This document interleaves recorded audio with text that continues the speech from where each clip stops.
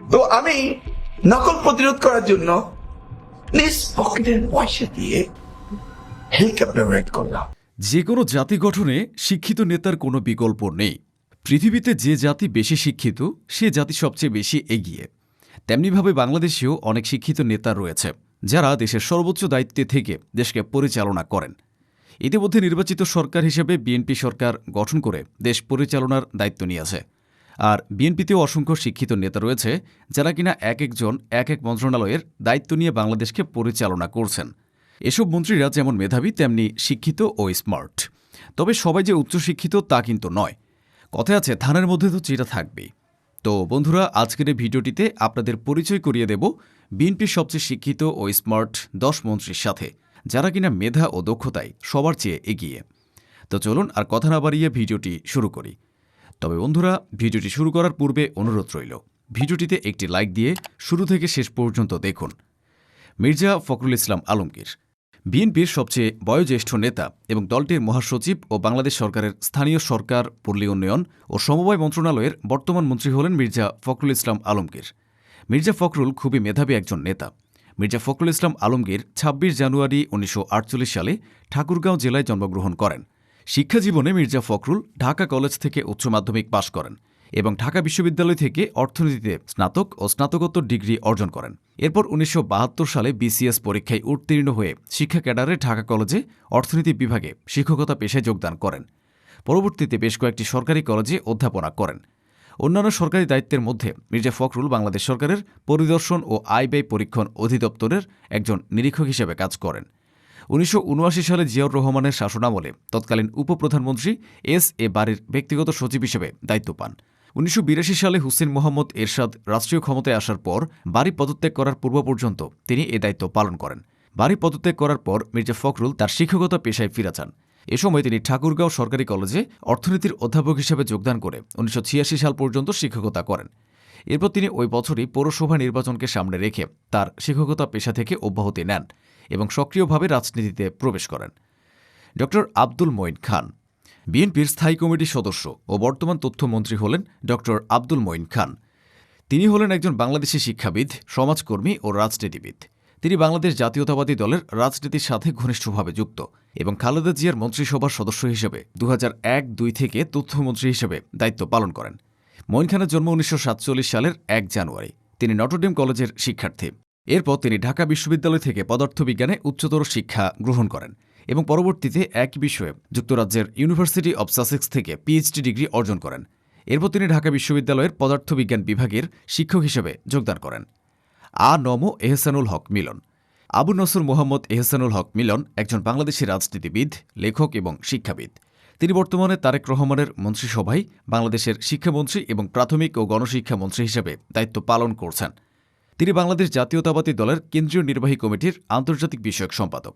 ইতিপূর্বেই তিনি ২০০১ থেকে ২০০৬ পর্যন্ত খালেদা জিয়ার দ্বিতীয় মন্ত্রিসভায় শিক্ষা প্রতিমন্ত্রী হিসেবে দায়িত্ব পালন করেন এবং নকল বিরোধী আন্দোলনের মাধ্যমে দেশব্যাপী ব্যাপক পরিচিতি লাভ করেন। নম এহসানুল হক মিলন ১৯৫৭ সালের ২৬ মার্চ চাঁদপুর জেলার কচুয়া উপজেলায় এক সম্ভ্রান্ত মুসলিম পরিবারে জন্মগ্রহণ করেন। ড মিলন শৈশবে ঢাকার শেরেবাংলা নগর সরকারি বালক উচ্চ বিদ্যালয় থেকে মাধ্যমিক সম্পন্ন করেন। এরপর তিনি সরকারি বিজ্ঞান কলেজ থেকে উচ্চ মাধ্যমিক শেষ করেন। তিনি ঢাকা বিশ্ববিদ্যালয় থেকে রসায়ন বিভাগে স্নাতক ডিগ্রি অর্জন করেন। তারপর ১৯৮২ সালে যুক্তরাষ্ট্রে পাড়ি জমান এবং new York institute of technology থেকে MBA সম্পন্ন করেন। ২০১৮ সালে তিনি আন্তর্জাতিক ইসলামী বিশ্ববিদ্যালয় মালয়েশিয়া থেকে রাষ্ট্রবিজ্ঞানে পিএইচডি ডিগ্রি অর্জন করেন। তার গবেষণার বিষয় ছিল বাংলাদেশের আর্থসামাজিক উন্নয়নে কারিগরি ও বৃত্তিমূলক শিক্ষা ও প্রশিক্ষণের ভূমিকা।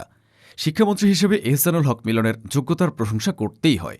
জহিরুদ্দিন স্বপন বরিশাল ১ আসনের সংসদ সদস্য ও বর্তমানে গণপ্রজাতন্ত্রী বাংলাদেশ সরকারের তথ্য ও সম্প্রচার মন্ত্রণালয়ের মাননীয় মন্ত্রী হিসেবে দায়িত্বরত রয়েছেন জহিরুদ্দিন স্বপন।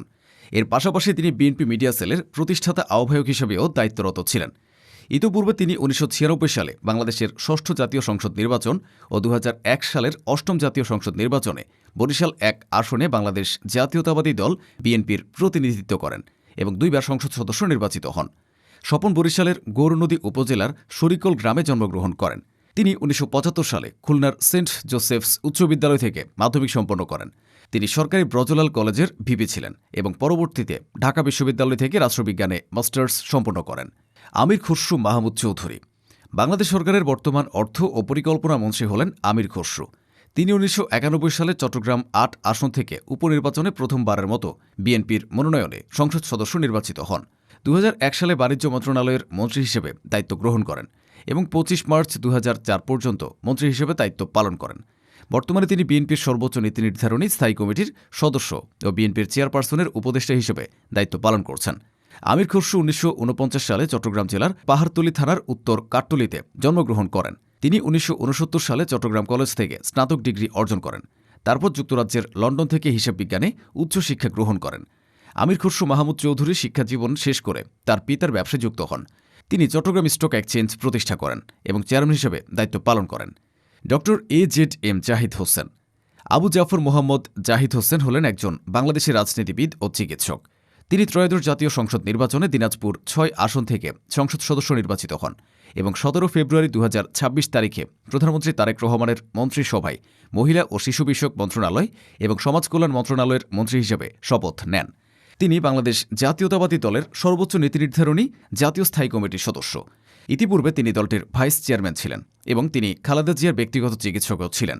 জাহিদ হোসেন ১৯৬০ সালের ২৫ ডিসেম্বর ময়মনসিংহের গফরগাঁওয়ে জন্মগ্রহণ করেন।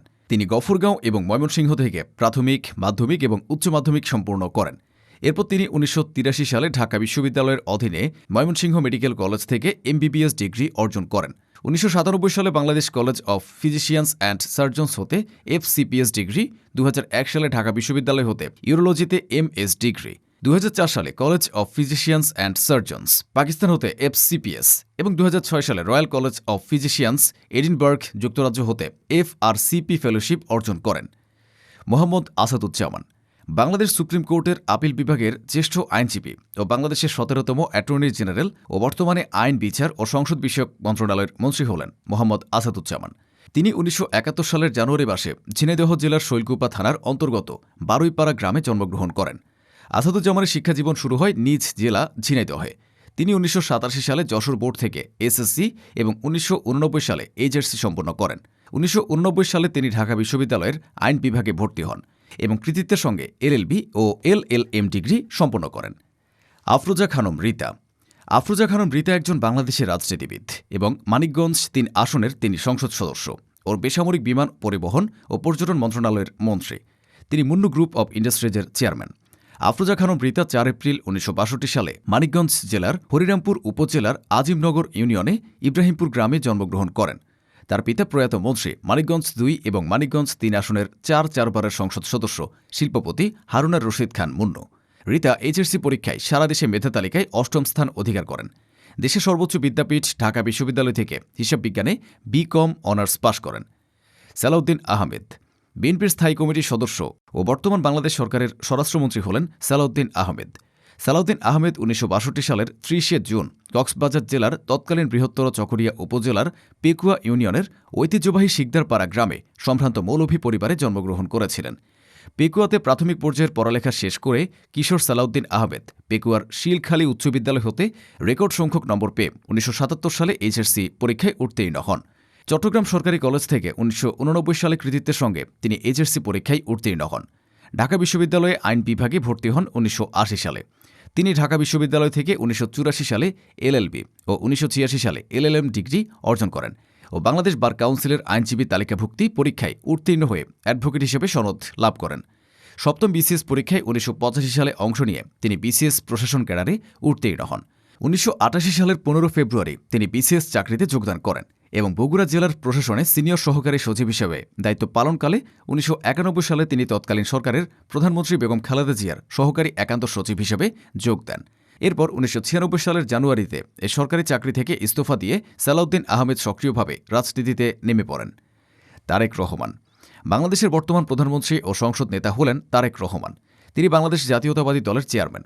তার আরেকটি পরিচয় হল বাংলাদেশের সাবেক রাষ্ট্রপতি জিয়াউর রহমান ও তিনবারের প্রধানমন্ত্রী খালেদা জিয়ার সুযোগ্য পুত্র। তারেকের অল্প বয়স থেকে রাজনীতিতে হাতেখড়ি হয় এবং ২০০০ সালের শুরুর দিকে তার মা প্রধানমন্ত্রী থাকাকালীন বিএনপিতে তিনি জনপ্রিয়তা অর্জন করেন।